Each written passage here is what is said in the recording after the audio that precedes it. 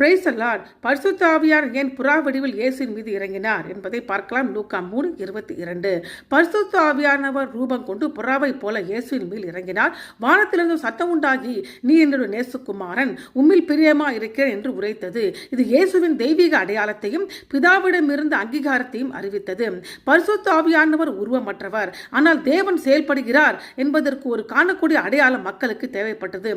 புறா கண்ணுக்கு தெரியாத பரிசுத்த ஆவியானவரின் பிரசன்னத்துக்கு உடல் வெளிப்பாட்டை கொடுத்தது. இது ஆவியானவர் புறாவை போல வானத்தில் இறங்கி இயேசுவின் மேல் தங்கினதை கண்டேன் என்று யோவான் ஸ்நானகனின் எதிர்பார்ப்பை நிறைவேற்ற உதவியது. பழைய ஏற்பாட்டில் புறா 2 ஆழமான குறியீட்டு அர்த்தங்களை கொண்டுள்ளது. முதலாவது, ஜலப்பிரவாகத்துக்கு பிறகு நோவா ஒரு புறாவை அனுப்பினார். தண்ணீர் குறைந்துவிட்டது மற்றும் பூமிக்கு அமைதி திரும்பிவிட்டது என்பதற்கு சமீட்சையாக அந்த புறா ஒரு ஒலிவ இலையுடன் திரும்பியது. எனவே புறா ஒரு புதிய தொடக்கத்தின் அடையாளமாக மாறியது. நோவாவின் நாளில் புறா நியாய தீர்ப்புக்கு பிறகு ஒரு புதிய உலகத்தை குறித்ததை போல பரிசுத்த ஆவியானவர் இயேசுவின் மீது புறாவாக இறங்குவது கிறிஸ்துவில் ஒரு புதிய படைப்பின் தொடக்கத்தையும் புதிய உடன்படிக்கையும் தேவனுடைய இரக்கம் மற்றும் படைப்பின் மறுசீரமைப்பையும் குறிப்பிடுகிறது. இரண்டாவது, பழைய ஏற்பாட்டு நாட்களில் புறாக்கள் பலியாக ஏற்றுக்கொள்ளப்பட்டன, குறிப்பாக ஏழைகளிடமிருந்து.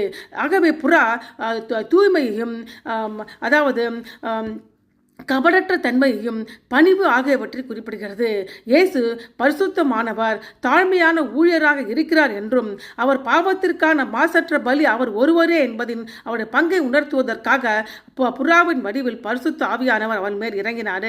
புறா ஜலப்பிரவாகத்துக்கு பிறகு ஒரு புதிய தொடக்கத்தின் அடையாளத்தை காட்டியது போல பரிசுத்த ஆவியானவர் கிறிஸ்துவில் நமது புதிய வாழ்க்கையை குறிக்கிறது.